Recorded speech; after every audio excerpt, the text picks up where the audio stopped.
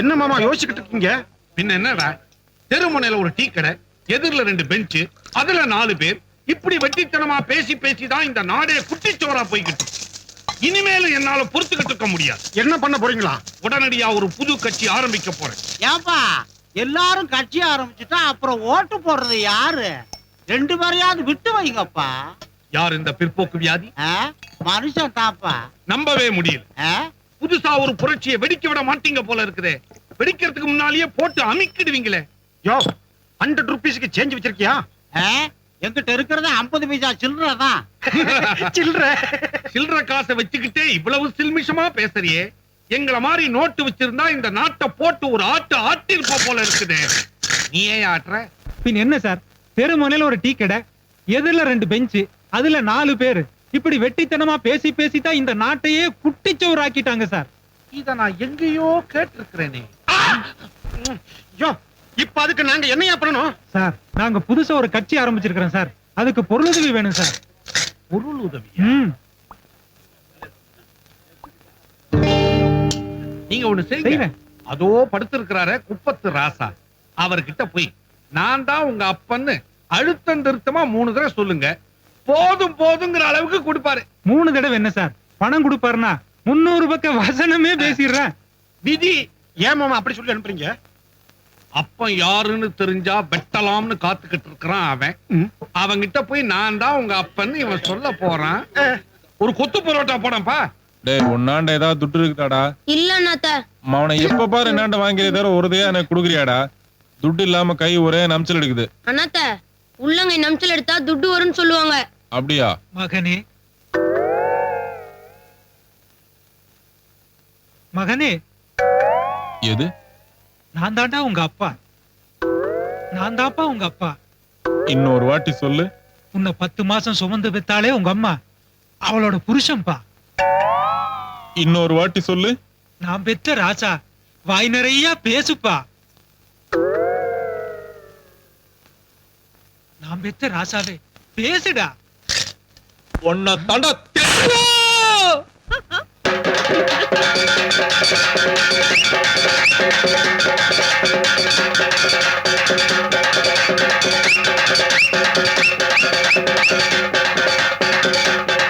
வேண்டா. எதுக்குடா என்ன பெத்த?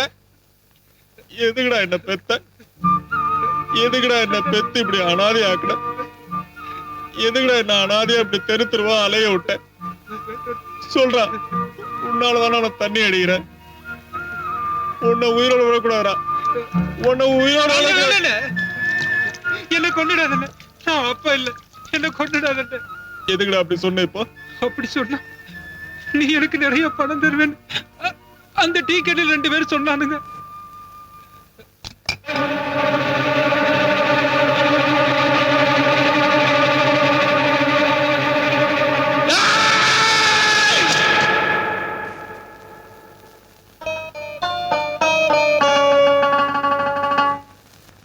சீக்கிரம் வா அண்ணாத்த. இதுக்குடா அவ்வளவு அவசரமா வர சொல்றேன்? என்ன அட வந்து பாரு.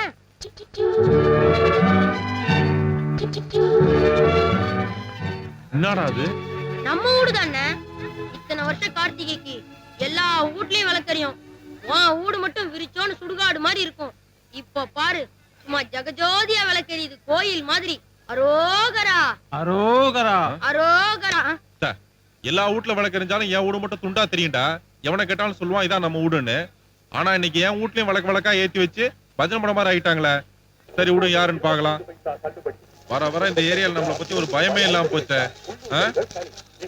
நான் கொஞ்சம் ஸ்டடியா இருக்காண்டி இதான் நம்ம வீடுன்னு கரெக்டா தெரியுது. இதே நான் கொஞ்சம் ஓவரா தண்ணி அடிச்சுன்னு வச்சுக்கோ, அடுத்த வீட்டுக்குள்ள போய் பூந்து படுத்திருந்தா அமகலமா இருக்காது. எந்த கஸ்மால் எப்படி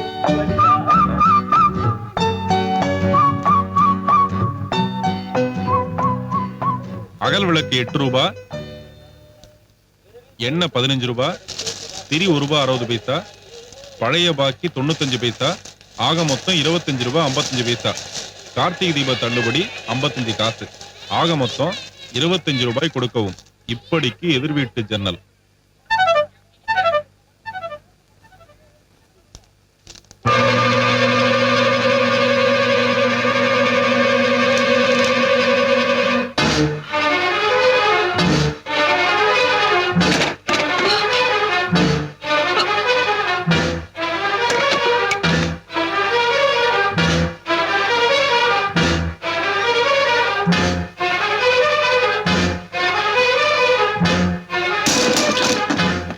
ஓய் முன்னாடி நினைச்சுக்கிற நீ என்ன லவ்ஸ் பண்றியா?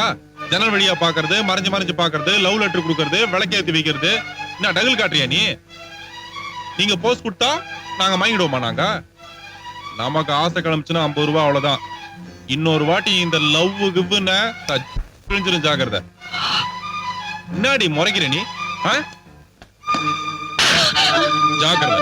இன்னொரு வாட்டி நம்மளான இந்த சில்சிலா வேலை எல்லாம் பண்ணீங்கன்னா நடுத்தரில் இழுத்து போட்டு நார் நாரா கீழ்ச்சிடுவேன். ஓயா சொல்லி அவளாண்ட, இல்லாட்டி ஒன்னையும் சேர்த்து பாயா பண்ணுவேன். வாட்ட சாட்டமா இருந்தா வளைச்சு போட்டுருவாங்க. ராஜாத்தி, அவன் கையில கரையான் புத்து வைக்க நான் அன்னைக்கே தலை அடிச்சுக்கிட்டேனேம்மா. இந்த இடம் உனக்கு சரிப்பட்டு வராதுன்னு அந்த பாவி போய் என்னென்னமோ சொல்லிட்டு போறானே. மறைஞ்சு பார்த்தேன், ஒளிஞ்சு பார்த்தேன், லெட்டர் போட்டேன்னு. இவங்கிட்ட போய் ஏமா அப்படி எல்லாம் நடந்துக்கிற? இல்ல ஐயா, என் கதையோட ஹீரோவே அந்த ஆள்தான். இப்படி அன்புன்னு என்னன்னு தெரியாத ஆள்கிட்ட ஒரு பொண்ணு ஆசை அப்படி எல்லாம் நடந்துகிட்டா அவனோட ரியாக்ஷன் இப்படி இருக்கும் தெரிஞ்சுக்கிட்டா இப்படி எல்லாம் செஞ்சேன். தலை அரைக்குதுன்னு கொல்லி கட்டி எடுத்து சொரிஞ்சுக்கிட்ட மாதிரி உனக்கு எதுக்குமா இந்த வீண் வம்பெல்லாம்? சரியா, நான் செஞ்சது தப்புதான். இனிமே இந்த மாதிரி தப்பெல்லாம் செய்ய மாட்டேன். போதுமா? ஆமா, தண்ணில அவரு எனக்கு ஒரு நாள் தான் வருது. நான் போய் பிடிச்சிட்டு வந்துடுறேன். அது இல்லம்மா, நான் போய் தண்ணி பிடிச்சிட்டு வந்ததும் மெதுவா சாப்பிட்டுக்கிட்டே பேசலாம்.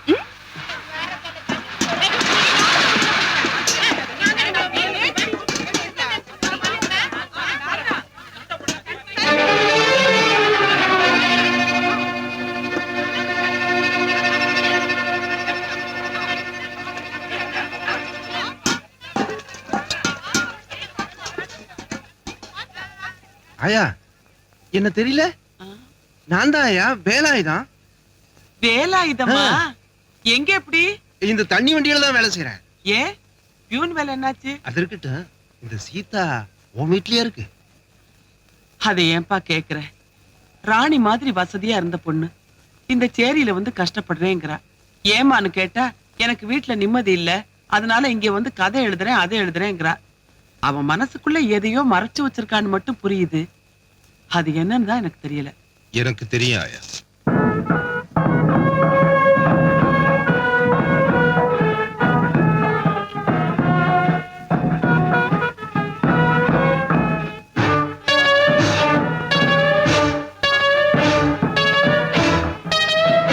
கல்யாண பொண்ணு யாருன்னு தெரியுதா?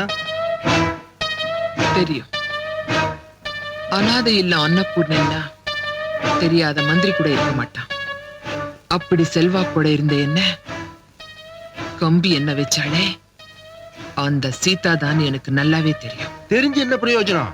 ஓகோன்னு இருந்த உன்னை இப்படி ஒரே இடத்துல உட்கார வச்சுட்டு அவன் மட்டும் சந்தோஷமா வாழ போறான். வாழவா போறா? நாளை காலையில அவளுக்கு நடக்க போறது சுப முகூர்த்தம் இல்ல, சாந்தி முகூர்த்தம். புரியலையே. உனக்கு சொன்னா புரியாது, சொல்றது செய். எந்திரியா நாத்த? அட எந்திரியா நாத்த? உடனே எந்திரிக்கிறதுக்கு நீ என்ன பொட்டச்சியா? விஷயத்த சொல்ற. அண்ணே, நான் சொல்ற காரியத்தை நீ செஞ்சு முடிச்சிட்டேன்னு வச்சுக்க, உனக்கு 500 ரூபாய் கிடைக்கும். டேய், துட்டை கொடுத்துட்டு காரியத்தை சொல்றா மொட்டை. இந்த அண்ணே, ரெண்டையும் ஒன்னாவே கொடுக்கறேன். கொடு. என்னடா நீ ஆரம்பத்துல தரையாவே பேசிட்டு இருக்க? தண்ணி அடிச்சிருக்கியா? வண்டியை தூக்கு.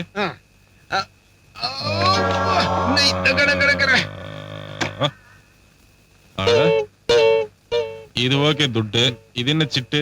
விடிஞ்சா இந்த பொண்ணுக்கு கல்யாணம். அந்த கல்யாணத்துக்கு எடுக்கணுமா? இந்த பொண்ணையே கெடுக்கணும். 1.5 லிட்டர் சாராயத்தை ஒண்டியாச்சு மாதிரி குப்புன்னு சமைக்க கேறிடுச்சே நமக்கு. அவன் கையில துட்டை கொடுத்து கையை விட்டு காலை விட்டுனா சொல்லுவானுங்க. நீதான் எனக்கு உருப்படியான வேலை கொடுத்துருக்க. கரும்பையும் கொடுத்து கடிகை துட்டியும் கொடுத்தா எங்க உன் காலை காட்டு. அதான் இது. ஓ, இங்க வச்சிருக்கியா? இப்போதைக்கு தொட்டு கும்பிட்டுக்கிறம்மா. பின்னாடி என்ன செய்ய போற? உனக்கு கோயிலே காட்டுறாமா.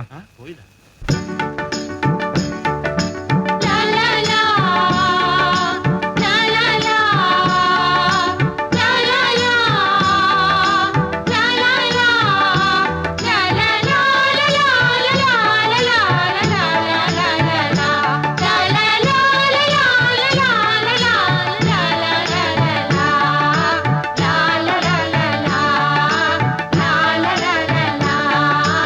la la la la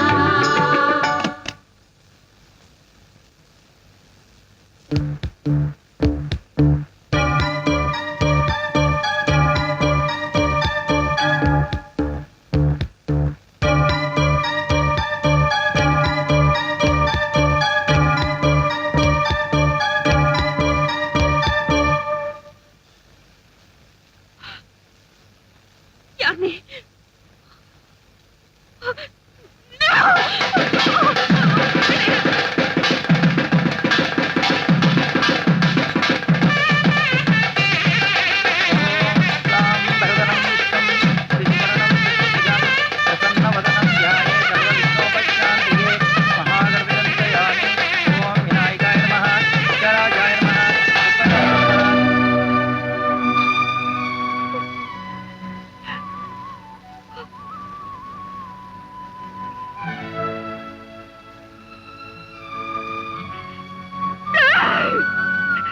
யாரா நீ? என்னையே இப்படி பண்ண? கல்யாணம் நடக்க வேண்டிய நேரத்துல என்ன இப்படி பண்ணிட்டியே? அப்படின்னு அவருக்கு என்னடா பாவம் செஞ்ச? நமக்கு இந்த பாவ புண்ணியத்தை பத்தி எல்லாம் ஒண்ணும் தெரியாது. 500 ரூபாய் கொடுத்து உனக்கு கெடுக்க சொன்னாங்க, கெடுத்துட்டேன். என்னன்ற அதுக்கு? பணம் கொடுத்து கெடுக்க சொன்னாங்களா? யார் சொன்னது? யார் சொன்னதா? நல்ல கதையாகுதே. வேலை கொடுத்தவனுக்கே வேட்டு வைக்க சொல்றியே. வேட்டு கூட வைப்பேன், ஆனா வெளியில சொல்ல மாட்டேன். துட்டு கொடுத்தா என்ன வேணாலும் செய்வேன். அதான் நம்ம கேரக்டர். புரியுதா? என்ன வேணாலும் செய்வியா? இதே காரியத்தை உன் அக்கா தங்கச்சி எடுத்தாலும் செய்வியா? இந்த டயலாக் எல்லாம் நம்மளாட்ட விடாதுமா. என்ன, நம்ம கூட பிறந்த பொம்பளையே கிடையாது, தெரியுமா உனக்கு? உன்னை பெத்தவளும் ஒரு பொம்பளை தானே. பெத்தவளை பத்தி பேசுன பேஜாராயிடுவ நீ. எவங்கிட்டயோ திருட்டுத்தனமா படுத்து பெத்து என்ன அனாதாக்கிட்டு போனாலே அந்த திருட்டு முண்டை மட்டும் என் கையில கிடைச்சா கைமா ஆக்கிடுவேன். கைமா ஒழுங்கா பிறந்தா நான் எதுக்கு இப்படி துட்டுக்கு மாரடிக்க போறேன்? யாரும் 500 ரூபாய் கொடுத்தாங்க, நீ என்ன இப்படி பண்ணிட்டியே? நான் 1000 ரூபாய் கொடுத்திருந்தா என்ன விட்டுருப்பியா? மிஸ் பண்ணிட்டிய. முதலே உனக்கு இந்த புத்தி எங்க போச்சு? அதான் பெண் புத்தி பின் புத்தின்னு சொல்லுவாங்க. இதே கண்டி நீ 1000 ரூபாய் கொடுத்திருந்தேன்னு வச்சுக்கோ, அதுல வெறும் 25 ரூபாய் செலவு பண்ணி இதை விட மஜாவா இருந்திருப்பேன். நமக்கு என்ன இதுவா முக்கியம்? நமக்கு வேண்டியதெல்லாம் மால், துட்டு, டப்பு, பைசா, மொத்தத்துல பணம். எல்லாரும் ஓடியாந்து இந்த அசிங்கத்தை பாருங்க. கல்யாண பொண்ணு அலங்கோலமா இருக்கிறா, எவனோ ஒரு பொறுக்கி பைய அவகிட்ட பேசிட்டு இருக்கான். உன் மனசுல கொஞ்சம் கூட ஈரமே இல்லையா? ஈரமா? இருந்த ஈரம் எல்லாம் அழுது அழுது வத்தி போச்சு. நான் அழுதப்ப யாருக்குமே கவலை இல்ல. இப்ப யார் அழுதாலும் எனக்கும் கவலை இல்ல. மனசு மறத்து போச்சு. இப்ப இருக்கிறது வவுறு ஒண்ணுதான். சம்மந்தி வீட்டுக்காரன் கதவு தட்டுறான். பட்டா மா வந்து கேட்டாங்கன்னா ட்ரெஸ் மட்டும் தான் கலைஞ்சிருக்கு, கற்பு அப்படியேதான் இருக்குன்னு சொல்லி கமகமா கல்யாணம் பண்ணிக்கோ. உன்ன மாதிரி பொண்ணுக்கு அது ரொம்ப சாதாரணமான விஷயமாச்சே.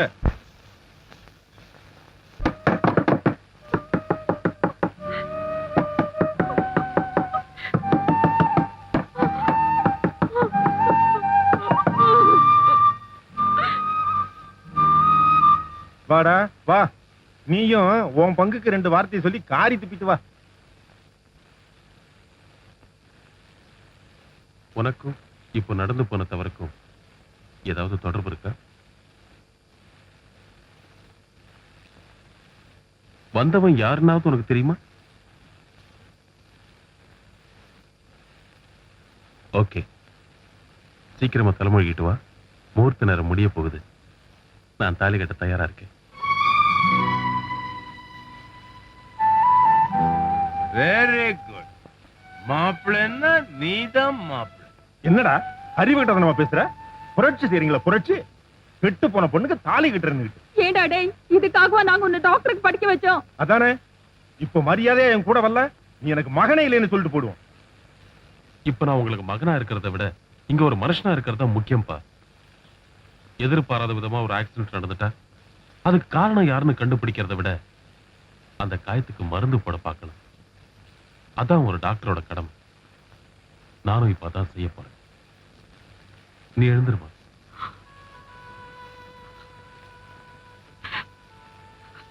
உங்களை ஒரு நல்ல மனுஷனா மட்டும் இல்ல, தெய்வமாவே மதிக்கிறேன். இப்படிப்பட்ட உங்களுக்கு மனைவி ஆகிற தகுதிய கொஞ்ச நேரத்துக்கு முன்னாடி நான் இழந்துட்டேன். இந்த குற்ற உணர்ச்சியோட நான் உங்களை கல்யாணம் பண்ணிக்கிட்டா என் மனசாட்சியே என்னையும் உங்க சந்தோஷத்தையும் பொழுசா சாகடிச்சிடும். அதை விட நான் இப்படியே இருந்துட்டா நடந்து போற தவறுக்கு நான் காரணம் இல்லைங்கிற ஒரு சின்ன மன நிம்மதியாவது எனக்கு மிச்சம். என்ன இப்படியே விட்டுருங்க. இப்போ உனக்கு இருக்கிற மனநிலையில நீ எடுத்த முடிவு தப்புன்னு நான் நினைக்கிறேன்.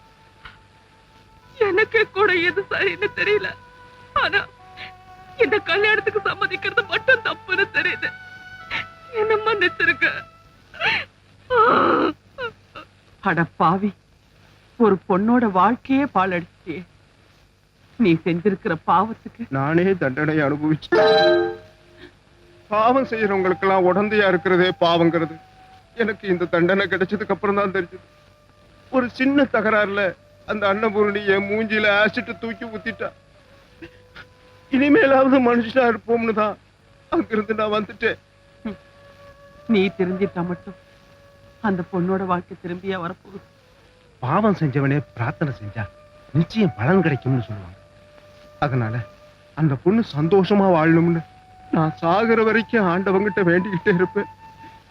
என்னால முடிஞ்சது அவ்வளவுதான்.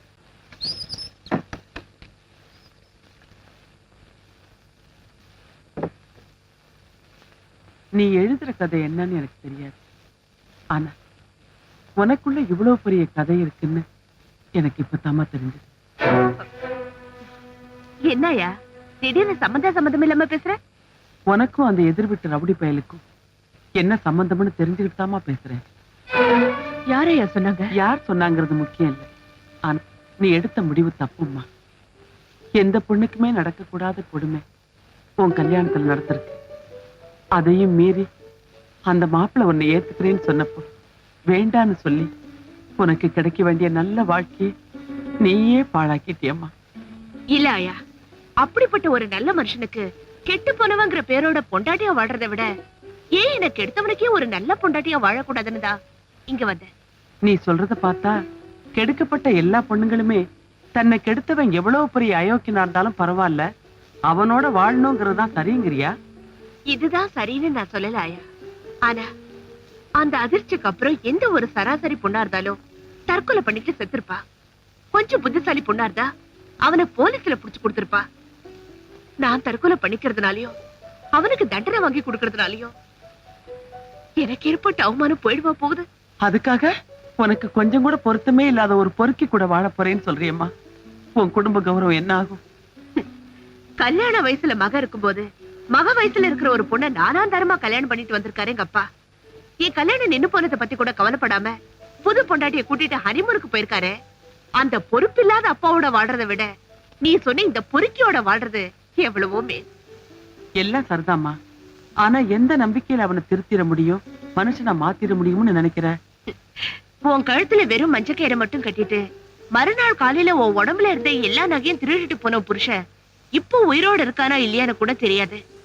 ஆனா இன்னும் அவன் கட்டின தாலிய சுமந்துகிட்டு என்னைக்காவது ஒரு நாள் அவன் திரும்பி வருவான்னு நீ எந்த நம்பிக்கையில காத்துட்டு இருக்கியோ அதே நம்பிக்கையில தான் நானும் காத்துட்டு இருக்கேன்.